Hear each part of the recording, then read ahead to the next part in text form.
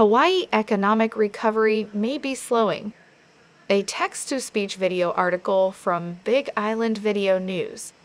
After Hawaii saw a bump up in tourism in November, economic recovery is still uncertain. During a virtual meeting of a House committee on Monday, the executive director of the University of Hawaii Economic Research Organization, Carl Bonham, delivered this update. 3-4 weeks ago, we were working on our forecast. It'll come out later this week. And we were ready to raise the forecast. When we launched the pre-flight testing program, the number of visitors that were coming in October and in November exceeded our expectations. We didn't raise our forecast. Actually, we actually lowered it for December, January, and February versus November. And you can see some of that. In the green part of this bar is visitor arrivals to Lihue, daily visitor arrivals to Lihue, and you can see that they've disappeared, right? So Kauai was averaging about 600, a little over 600 visitors per day, and now in the first 6 days of December, actually since the 2nd of December, they're averaging, I think it's 24 visitors per day, and that and the other policy changes have created uncertainty that sort of raise the issue of whether or not December will be nearly as good as November.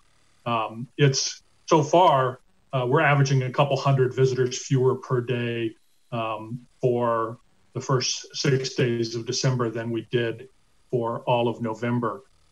So we've actually lowered our baseline scenario for recovery, if you will, for visitor arrivals. These are all as percentages of 2019 arrivals. So we saw 22 or 23% of 2019 levels in the month of November.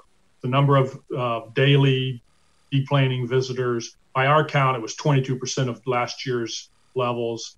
And so we're assuming that December, January, and February will be below that percentage. And the reason is the surge in cases on the mainland, the lockdowns, the shelter-in-place orders, the travel restrictions that are happening on the mainland, and also the uncertainty about policy in Hawaii, right? Not knowing if there's going to be a change from the time you book your flight and your hotel room to when you go to get on the plane. Our nascent recovery, our economic recovery, is at risk. Basically, this chart I thought was interesting to compare the recovery for the U.S. mainland. So after about a 21 million, so U.S. is on the right-hand side in millions of jobs, and Hawaii is on the left-hand side in thousands. So after losing 21 million jobs, the U.S. has gradually recovered. The recovery has slowed down dramatically, and that's a concern going forward. But Hawaii has barely, we saw a reasonable recovery before the surge on Oahu, then a retrenchment, then a renewed recovery in October. We think November will continue its upward path. But there's beginning to be some small signs of slowing as we get into December. And so we're sort of concerned about the very near term, the December, January, February, about it being a tough winter, right at the same time that, that we see the potential for loss of federal support. Later in the day, Bonham spoke specifically about what he sees in the data from Hawaii Island. Well, I mean, Hawaii Island has fared better than Maui and Kauai because the economy is less dependent on tourism. Having said that, there's still more than 40,000 people getting regular unemployment benefits. And the reason I have to estimate these is because we don't have it for the state at the county level. It's only at the state level.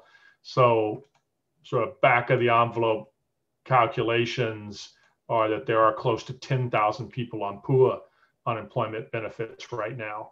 And so those are the ones that without action by Congress in the next 3 weeks will go away. So anyway, there's still a lot of work to be done. Having said that the Big Island is sort of less dependent on tourism, it's actually quite a bit less dependent on tourism than if you look at the jobs in leisure and hospitality for Maui and Kauai. It's about 32% of their jobs. On the Big Island, it's about 20%. That's a big difference, right? On Oahu, I think it's maybe 16, 17 at most. That's an important feature, and there's much more ag and other activities. That's really the primary explanation for why the Big Island has fared better. But it also means when tourism comes back, it won't have as big of an impact in terms of recovery. House Speaker Scott Psyche was also a part of the conversation. Members of his COVID-19 committee recently wrote a white paper explaining how Governor David Ige's recent change to the Safe Travels Hawaii program has had unintended consequences, such as thousands of cancellations per hotel property, resulting in millions of dollars in lost revenue and downsizing. Our House COVID committee has always taken the position that the first priority in our state is public health and safety. We want residents to be healthy and safe, and given that, we know that a healthy population will lead to basically a healthy economy, a revitalized economy. And that's why we see the two go hand in hand. And, we just want to make sure that, people understand that point, that we are concerned first and foremost about public health and safety. At this point, it's really for the governor to set some direction and clarity on what our travel policies will be on a statewide basis. I've said it before, I'll say it again, that when it comes to tourism is part of our statewide economy.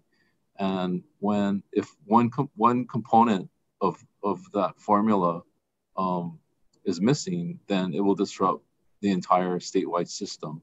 And that's why it's important for the governor to have a statewide perspective and a statewide policy on how we want to handle tourism.